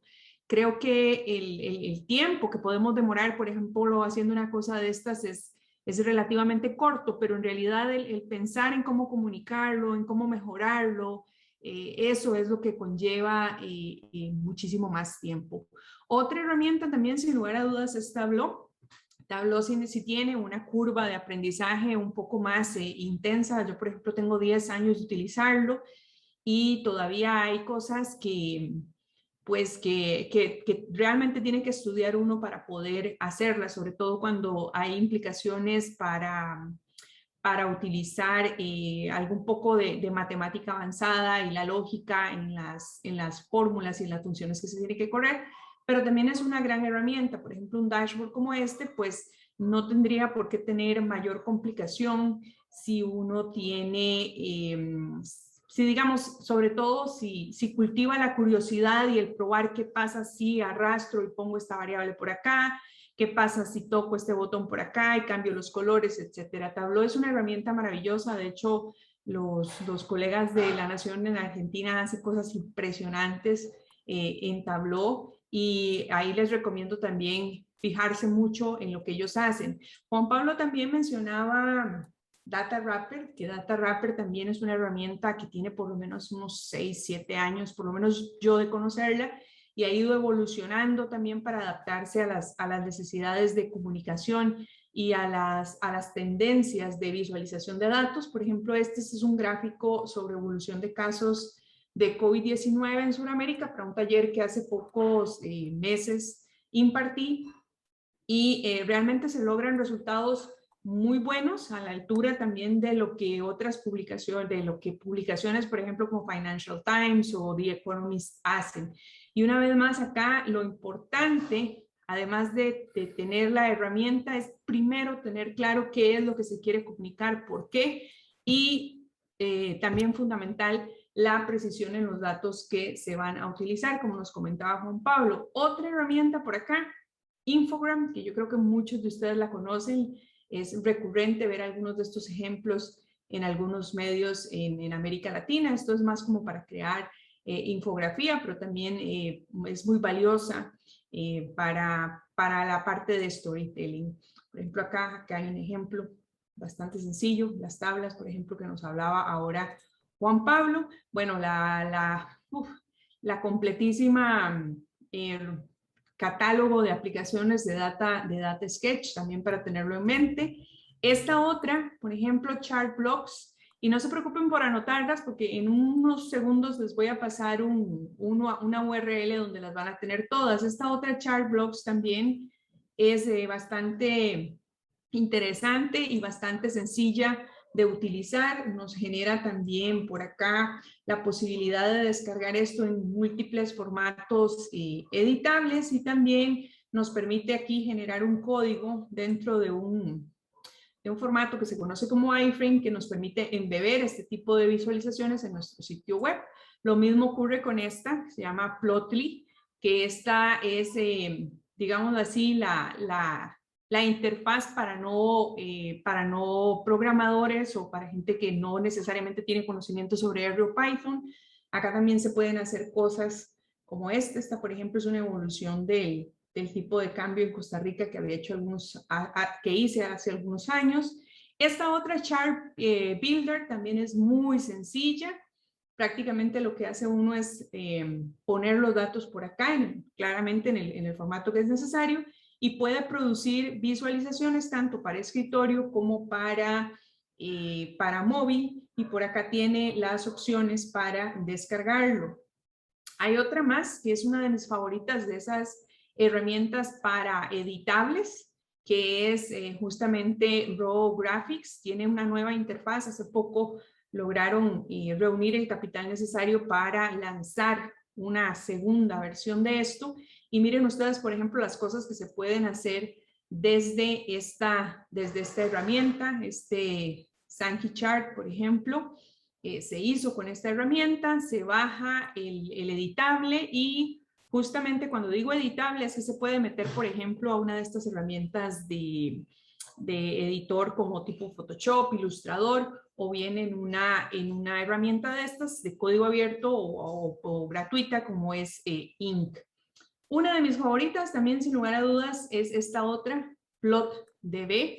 Es un desarrollo de Asia, si no me equivoco, de Hong Kong, y tiene más de 100 tipos de gráficos distintos para elegir. Tiene la ventaja también de que es personalizable tanto para móvil como para escritorio, y te permite trabajar también acá directamente, por ejemplo, en el CSS, en las características, digamos, de color, o en esos detalles, digamos, que afinan la comunicación de la visualización. También te permite acá añadir algunos códigos HTML, por ejemplo, añadir títulos, etcétera. Tiene un poco también de JavaScript por si queremos modificar algunos de estos componentes. Y si no, pues simplemente nos vamos con estas opciones que están aquí a la izquierda y por medio de estas opciones podemos cambiar los estilos, podemos personalizar nuestra visualización, los colores, y nos da también la opción de descargarla tanto de manera estática, editable, como decía, y como también la posibilidad de poner alguna interactividad. Otra por acá, y ya con esta cierro, es una que recientemente estoy explorando, que se llama My UC Box, y esta básicamente es una herramienta bastante intuitiva y bastante sencilla de usar para añadir gráficos, para añadir distintos tipos de piezas visuales que nos ayudan a construir una narrativa o un storytelling o presentar informes. Y esta también la podemos descargar, se puede descargar la URL para embeberla en nuestro sitio web por medio de un iframe o bien para compartirla desde allí. Entonces vemos que afortunadamente pues hay bastantes herramientas y lo que yo les recomiendo pues es simplemente explorarlas, y para eso voy a dejarles por acá un link donde justamente ustedes van a poder descargar esta breve presentación de 11 herramientas gratuitas y en línea para visualizar datos. Como les decía, muchas de ellas pues las he probado personalmente y son realmente muy, muy útiles para comunicar información con datos. Esto es lo que yo les dejo por acá, y más bien no sé si quieren aprovechar, si tienen alguna otra pregunta o quieren, no sé, comentar algo en particular sobre lo que ha sido esta sesión. Creo que aquí hay una persona que tiene la mano arriba, por favor. No logro ver quién es, pero adelante, por favor. Hola, muchas gracias primero por la oportunidad y por el taller, que ha estado bastante interesante.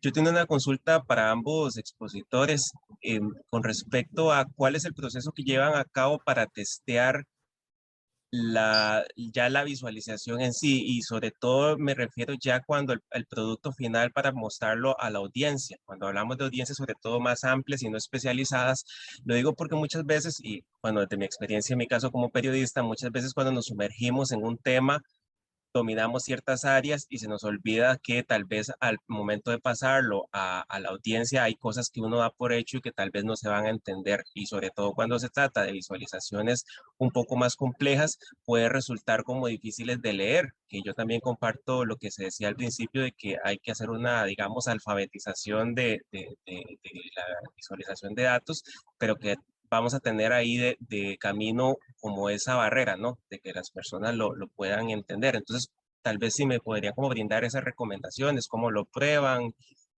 para ver si los resultados que se quieren dar son los óptimos. Muchas gracias.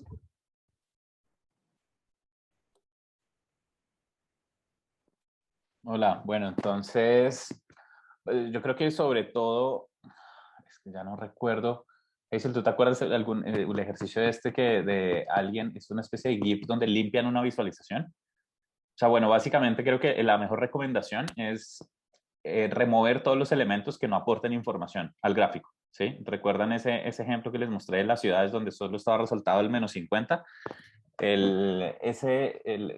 Sí, la rayita con el 50, ese creo que es un buen ejemplo y una buena prueba para comunicar la información visualmente, tratar de que sea lo más limpio posible y que se resalten son los detalles importantes.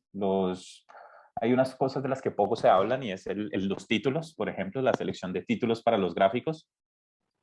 Es fundamental que el título sea más como un resumen muy claro de lo que trata la gráfica, ¿sí? Muchas veces podemos decir población por millón de habitantes, no sé, homicidios por miles de habitantes, no sé qué, pero tal vez ese no es el mensaje que quieres dar con la visualización, tal vez el mensaje es que en la ciudad X los homicidios se han incrementado, entonces ese debería ser el título de la gráfica, antes que simplemente poner los nombres de las variables como título.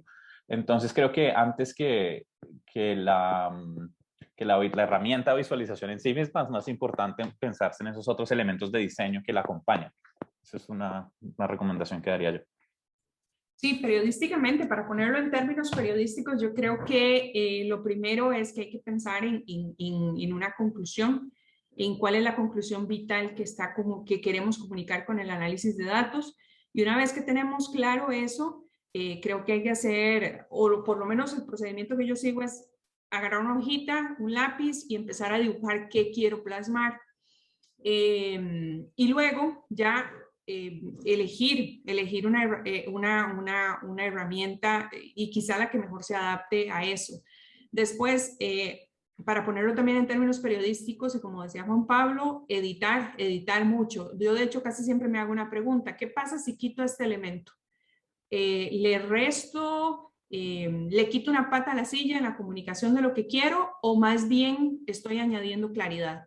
¿Qué pasa si muevo, por ejemplo, tal elemento, por ejemplo acá las etiquetas hacia abajo? ¿Clarifico la información o más bien la oscurezco en términos de lo que quiero comunicar?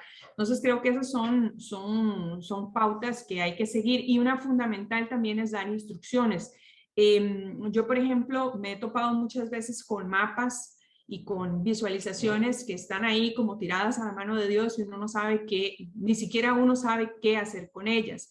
Ayer, por ejemplo, hay otra cosa también, hablando de instrucciones y de cómo guiar al usuario. Ayer, por ejemplo, veía un mapa de fosas, de fosas de desaparecidos acá en México, y me llamó mucho la atención que es un esfuerzo que están haciendo a nivel de sociedad civil para recolectar estos datos y para ayudar a las familias o más bien es un esfuerzo también que están haciendo familias de desaparecidos, y veía que antes de introducir la visualización tenían una visualización de cómo usar la visualización, el paso a paso que debe seguirse. Entonces yo hice el ejercicio de recorrer eso primero y luego utilizar la herramienta, y la verdad es que me pareció muy valioso, porque al final de cuentas lo que se está buscando es en este caso hacer una herramienta que sirva para las familias de desaparecidos, pero también una herramienta que sirva para la denuncia. Entonces yo creo que esos son elementos que pues uno tiene que tener en mente cuando está diseñando información.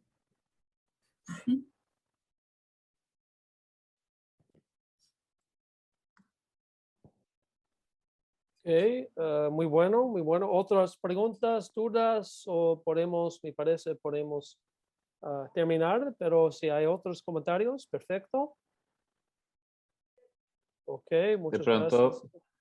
Una pregunta rápida para que tenemos algunas ideas con Hazel, y es, ¿cuáles crees que son los errores más comunes en la visualización de información? Los errores más comunes, yo creo que el más común es dar por hecho que, bueno, lo que decía Luis ahora, dar por hecho que todo el mundo va a entender lo que queremos comunicar. O hay otro error también muy común, y es que a veces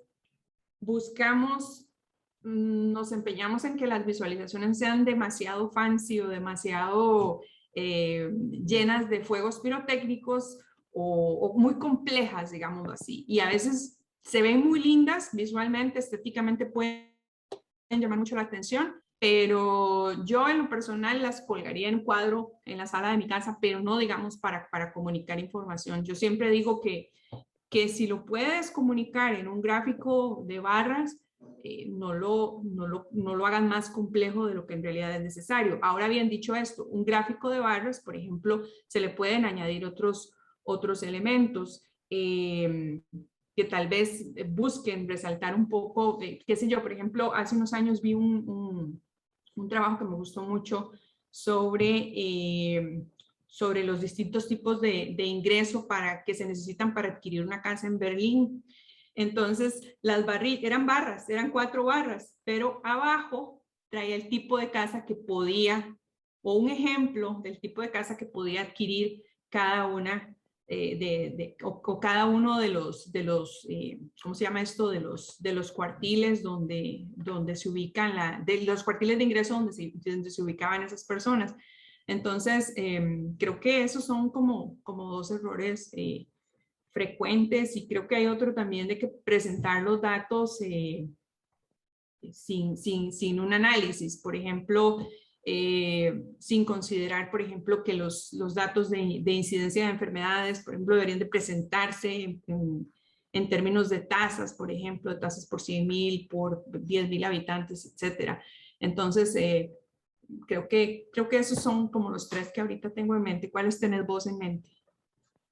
Sí, estoy muy de acuerdo. Creo que si tuviera que escoger uno, también diría el diseño, que muchas veces por hacer un diseño más bonito se oculta información o simplemente se vuelve incomprensible.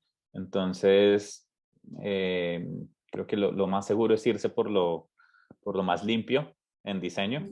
Y bueno, pues sí hay otros temas importantes como el uso de tasas, normalizaciones de los datos y el uso de paletas de color no indicadas para los tipos de datos, pero son un poco más técnicos. Creo que lo más común sí es el tema del diseño.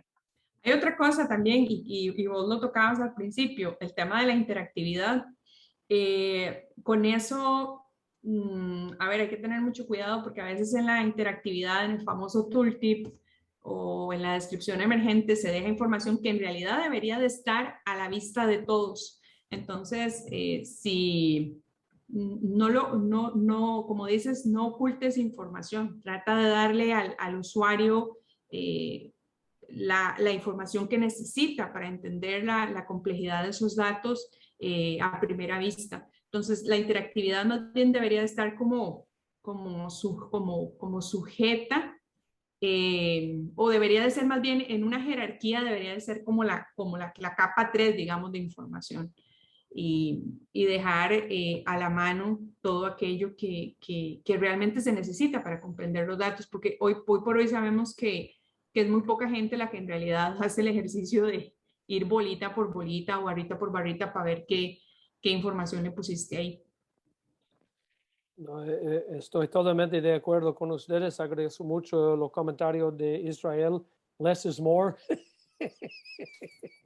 Y también tenemos una pregunta de Eduardo que es en el chat. So quizás ustedes tienen comentarios sobre su pregunta sobre los casos de representaciones matemáticas o de física, etcétera, de eso. Sí, hay varios. A mí personalmente me gusta eso, me gustan como las matemáticas y la física, entonces las explicaciones visuales de esos temas me gustan mucho. Recuerdo bastante un GIF que vi por ahí de la explicación de las series de Fourier, como círculos que iban girando e iban dibujando la cara de Fourier. Entonces, hay varios de esos y se usan muchísimo. Si te interesan un poco esos temas, hay un matemático que se llama Matt Henderson en Twitter, si no estoy mal, y publican como bastante contenido de ese estilo. Okay. Hazel, ¿quieres comentar sobre la pregunta de Eduardo? Sí, yo, bueno, ahorita estaba justamente buscando un libro sobre que tiene que ver más con el análisis cualitativo de la información, pero desde el punto de vista científico. Pero también se los puedo incluir después en el link que les compartí y actualizarlo, pero también pensaba en Edward, no sé cómo se pronuncia su nombre, Tufte, lo voy a decir como se dice en español, que tiene una serie también de libros que realmente lo hacen a uno pensar sobre cómo utilizar la visualización de datos y de cómo también por medio de la comprensión no solamente científica, sino también psicológica de cómo interpretamos las cosas, podemos comunicar mejor con gráficos. Tiene una serie de libros muy buenos y creo que también abonan mucho y aportan mucho a ese entendimiento pues un poco más teórico, práctico de lo que hacemos. Ok, entonces perfecto. Entonces, gracias de nuevo por todo a ustedes por asistir. Yo puse el link a la encuesta. Si ustedes tienen a tomar un momentito para completar, sería perfecto. Muchas gracias. Por nosotros puede darnos información importante, cómo podemos mejorar y continuar las charlas. De nuevo, gracias a Juan Pablo por la presentación excelente, a Hazel por la coordinación y también la presentación a varios otros recursos. Solo quería mencionar que nosotros estamos muy abiertos a tener más miembros. Yo puse el link en el chat. Si ustedes son interesados en estar parte de nuestra comunidad, sería genial. Estoy muy disponible, Hazel también. Podemos hablar sobre lo que nosotros hacemos, nuestras aspiraciones y planes. Y por eso, gracias a todos y terminamos 4 minutos en avance de la hora. ¡Wow! Buen fin de semana. Gracias a todos. Gracias. Gracias. Bye. Que estén bien.